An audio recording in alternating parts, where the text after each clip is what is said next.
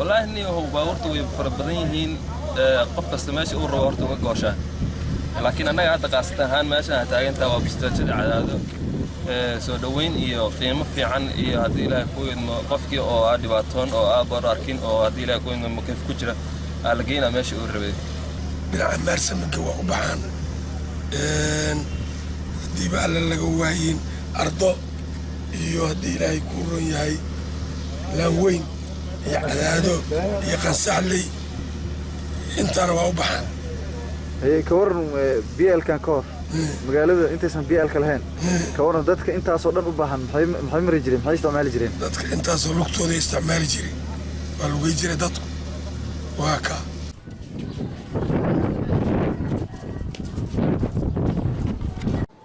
بسم الله الرحمن الرحيم magacay waa Rashid Abdiwaale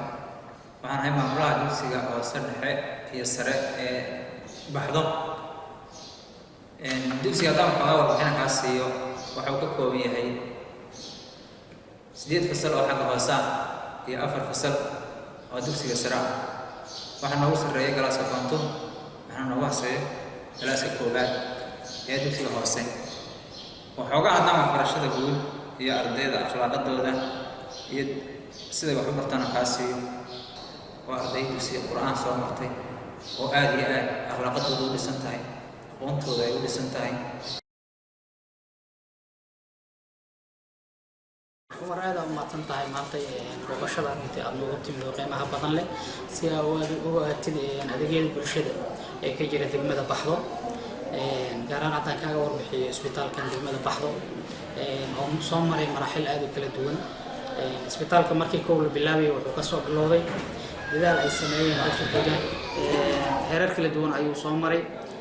isbitaalkan wuxuu u shaqeyn jiray qaab MCH ahaan ah haddana waxa weeyaan waxaan ku soo darnay adeegyo kala duwan oo ay kamid tahay dhiig shubidii ay kamid yihiin maaragtay bukaan jiifyada in la jiifiyo hadda waxa uu naga dhiman kale oo dareemi karnaa waa adeegii qalliinka oo uu tiidi ama qalliinkii saladii qalliinka maxaa yeelay haddii hadda la keeno hooyo dhiig baxaysa ama dhalmadii maaragtay ay ku adkaatay oo dhali weysay waxay noqonaysaa in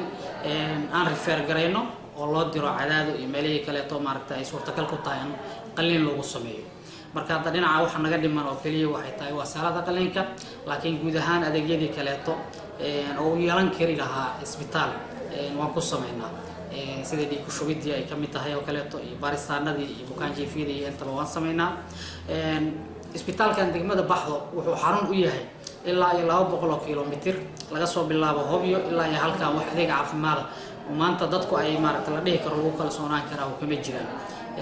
qofkii maanta ama hooyada dhiig baxaysa oo laga soo qaado ilaa Hobyo ilaa Ceelhuur laga keeno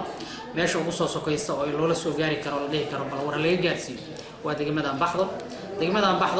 adeeg caafimaad oo ka jirana waa inta aad aragtay oo iska kooban yahay wax badan runtii way soo qabsameen wax badan